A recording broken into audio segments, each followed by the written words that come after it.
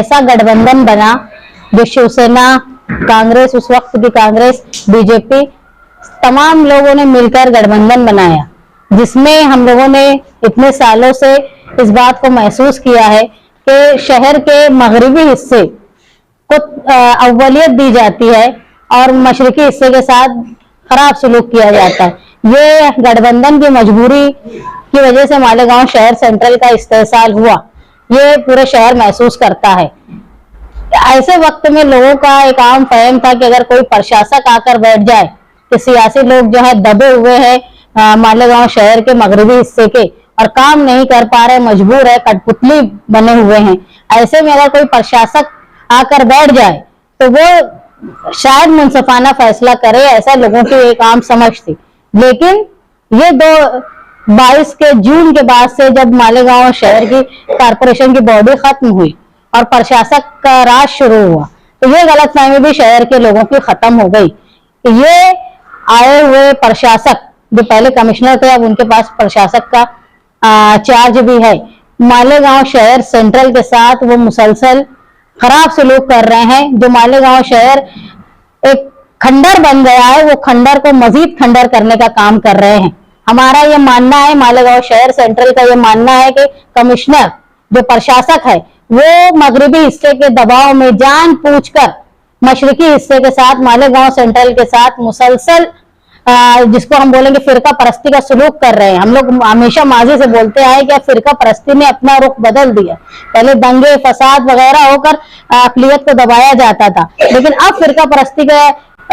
माशी तौर पे कमजोर करना, अक़लियत को, उनको डेवलपमेंट नहीं होने देना, ये तरीका अपनाया गया है, जिसकी सबसे बड़ी मिसाल आप फर्क महसूस करेंगे मालेगांव शहर का और मालेगांव सेंट्रल और आउटर का हिस्सा, मगरिब और मशरिक में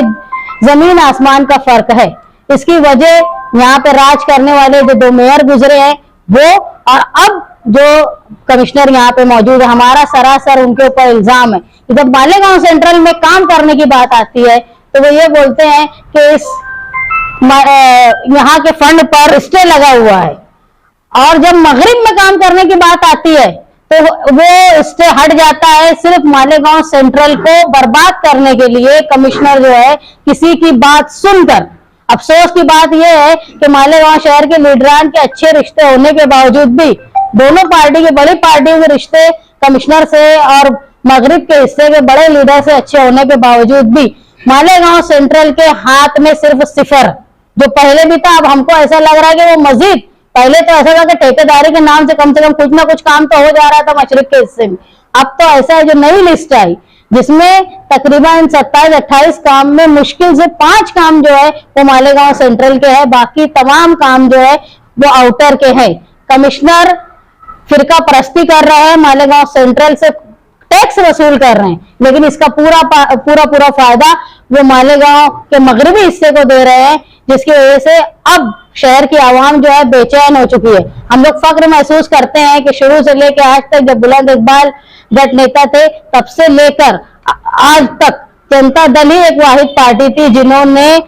मुखालफत की इस फिरका परस्ती के खिलाफ, चाहे वो पानी का मामला हो, चाहे मालेगांव शहर में डेवलपमेंट का मामला हो, चाहे फंड की तकसीम का मामला हो, सिर्फ जनता दल ही थी जिसने हमेशा आवाज उठाई। और आज हम महसूस कर रहे हैं कि अब